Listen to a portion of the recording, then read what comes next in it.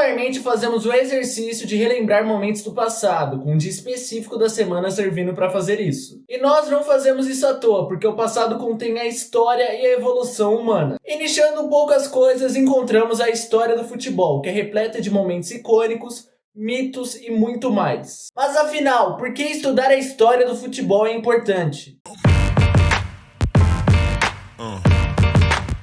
Bom, se você não me conhece, meu nome é Matheus e eu venho aqui explicar porque, na minha visão, estudar a história do futebol é importante. Se você já acompanha o canal, esse vídeo é bem diferente, porque ele tá mostrando meu rosto principalmente. A primeira coisa que eu venho falar aqui é que eu e vocês não sabemos de tudo. Isso parece meio óbvio, né? Porque eu sou muito jovem, tenho 16 anos e é óbvio que eu não vou saber de tudo. Então, é óbvio que uma pessoa que acompanhou o futebol nos anos 80, 90, vai saber mais do que eu sobre esses jogadores, as competições, os momentos icônicos dessa década, desse momento. Isso até é um pouco óbvio, né? Porque daqui 40, 50 anos, se eu tiver meus netos, né, eu vou poder falar pra eles como foi viver na era do Cristiano Ronaldo e do Messi jogando futebol. E eles não vão ter tanto conhecimento pra falar sobre isso, porque eles não vivenciaram isso. Então é óbvio que eu não consigo acompanhar o ritmo dessas pessoas que viveram nessas décadas passadas. Mas isso não me impede, né, de buscar novos conhecimentos. Eu não vou admitir que eu sou um fracassado.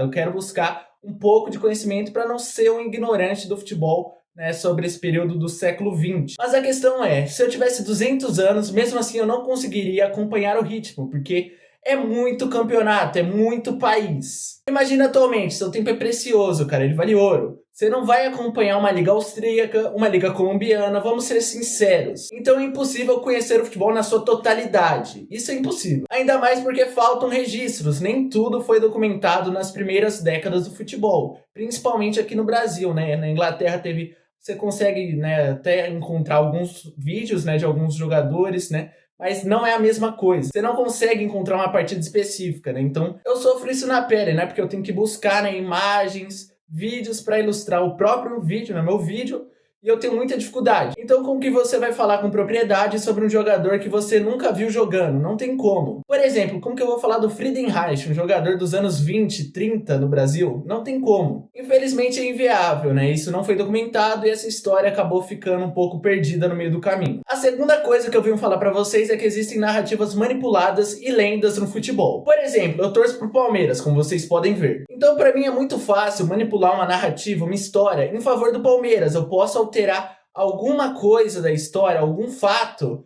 para favorecer o meu time. Por exemplo, existe a famosa polêmica da Taça Rio de 1951, se é um título mundial ou não. Eu posso fazer um vídeo sobre esse acontecimento, inclusive. Se eu for pelo lado da paixão, sinceramente, eu vou afirmar, o Palmeiras é campeão mundial. Se eu for clubista, eu posso mudar algum ponto da história para parecer que realmente foi um título mundial. Eu não tô falando que a Copa Rio de 51 foi um mundial ou não, só tô usando de exemplo aqui para vocês entenderem. Então, para mim é muito cômodo fazer uma pesquisa meia boca e ter a conclusão que o Palmeiras é campeão mundial.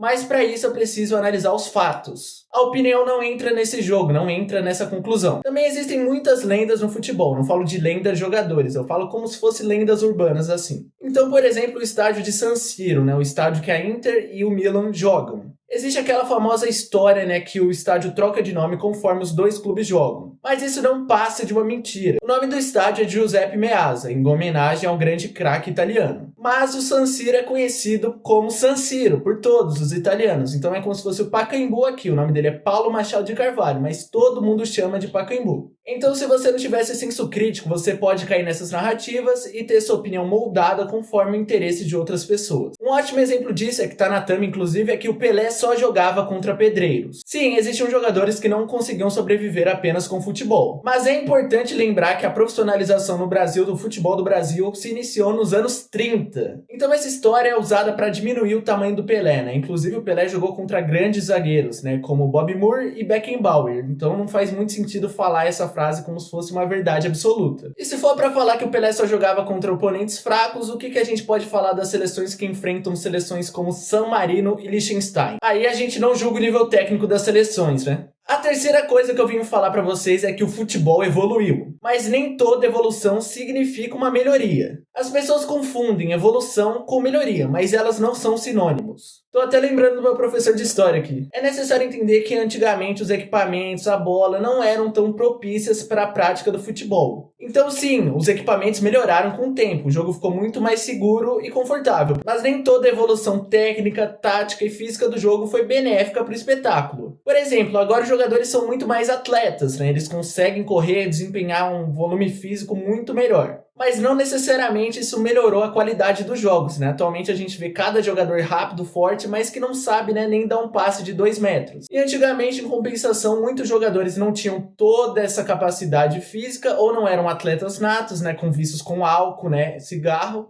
mas conseguiam desempenhar tecnicamente brutalmente. Então é difícil comparar uma época com a outra, não faz muito sentido, porque são épocas muito distintas e tem muitas diferenças. A quarta coisa que eu venho falar pra vocês é que o futebol é lotado de achismos. Por exemplo, sempre surge uma pessoa falando que a seleção de 82 foi a melhor da história. E ela até pode ter sido a melhor da história, eu não tô julgando se ela é a melhor da história ou não. Eu só tô falando que é necessário um embasamento, uma argumentação para você provar esse ponto de vista. E não falar coisa da sua cabeça, só por causa que essa seleção tinha um jogador do seu time de coração. Por exemplo, a seleção de 82 amassou a atual campeã mundial Argentina. Tudo bem que teve algumas ressalvas. Mas logo em seguida, né, num jogo lotado de falhas defensivas, ela tomou 3 gols do Paulo Rossi. Então, será que uma seleção tão boa assim vacilaria tanto assim? Pode até ser que sim, né? Porque todo time, pelo menos uma vez, consegue jogar mal. A quinta coisa que eu venho falar pra vocês é que existem histórias mentirosas e não difundidas. Então isso entra um pouco no que eu já falei, né, sobre a manipulação de narrativa. Mas nesse caso, a história é mentirosa não porque ela foi feita de propósito, e sim porque teve alguma falha no meio do caminho. Então é necessário estudar o futebol para conseguir fazer essa reparação histórica de algo que foi falado, mas que não era realmente 100% o que aconteceu. O sexto elemento, e talvez o mais importante, é que o passado ajuda a compreender o presente e o futuro. Então, por exemplo, você consegue aprender muitas coisas com o passado, você consegue compreender as diferentes nuances, táticas e evolução do jogo. Você consegue entender qual estilo de jogo funcionou em um período e qual não funcionou em outro. E talvez o mais importante, você consegue acabar com problemas como a violência no futebol. Por exemplo, a Inglaterra sofreu muito, né, com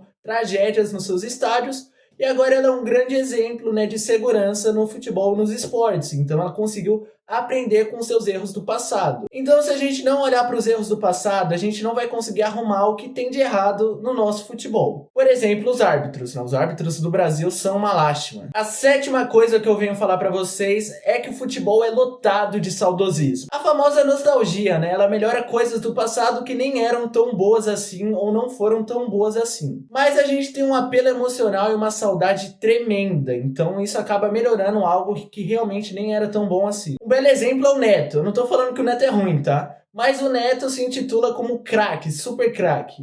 E talvez ele não foi tão craque assim. Tudo bem que ele tinha alguns problemas extracampos, né? E era um bom jogador, mas craque talvez é demais. Se ele fosse tão craque assim, ele conseguiria driblar esses problemas como o Romário. Eu não tô comparando a qualidade de jogadores, mas a verdade é que o Neto se assemelha muito ao Gustavo Scarpa. Um jogador muito bom de bolas paradas que fez uma ótima temporada em algum ano específico e conseguiu trazer o Brasileirão pro seu time, mas que nunca conseguiu uma vaga cativa na seleção brasileira. É óbvio que o Neto é melhor que Scarpa, mas existem semelhanças. Ao mesmo tempo que existe o saudosismo, existe meu oitavo argumento, que é o futebol antigo é desvalorizado pelos jovens. Sempre tem aquela historinha, os jogadores do passado não sabiam defender. Isso é uma grande mentira, porque senão não existiriam grandes defensores dessas décadas. Essa narrativa também é manipulada para diminuir o tamanho do Pelé, que inclusive sofre com pessoas que falam que ele não tem 1000 gols. Não sei como isso é possível. As pessoas no alto de sua ignorância falam que o Pelé não tem 1000 gols. Mas a realidade é que o Pelé fez centenas de gols em amistosos na Europa, que eram muito importantes na época. Mas as pessoas não conseguem entender isso. E pensando nisso, existem pessoas que também pensam que o futebol só começou a ser jogado, a ser praticado na era do Pelé. Tudo bem, o Pelé foi um dos grandes responsáveis pela popularização do futebol, mas antes dele existiram grandes craques. Só para citar alguns, né, como Puskás, Di Stéfano, Giuseppe Meazza e Leônidas da Silva. No canal tem as 4 histórias sobre esses grandes jogadores do passado. Também é importante estudar a história do futebol para saber quem foi o melhor da história. Sempre tem essa discussão, né? Essa discussão move multidões. Quem foi melhor? Pelé, Messi, Cristiano Ronaldo e até o Maradona, né? Tá nesse grupinho. Mas o que eu venho falar pra vocês é que essa discussão é prejudicial pro futebol. A gente acaba diminuindo um jogador gigante por causa de um simples debate. É necessário que todos contribuíram de sua forma, né? Popularizando o futebol e melhorando, né? Todas as questões técnicas, táticas e físicas. Cada um em sua era, sua década específica. Então, se for pra definir o maior da história, o melhor jogador da história, você tem que apontar que um jogador realmente foi melhor do que o outro, e não que o outro foi pior do que o outro. Essa é toda a minha opinião sobre por que estudar a história do futebol é importante. Como vocês podem ver, esse vídeo foi bem diferente e agora o canal vai passar por uma nova fase. Eu vou mostrar esse rosto lindo, só que não, né, nos vídeos, e basicamente os vídeos talvez sejam menos editados assim,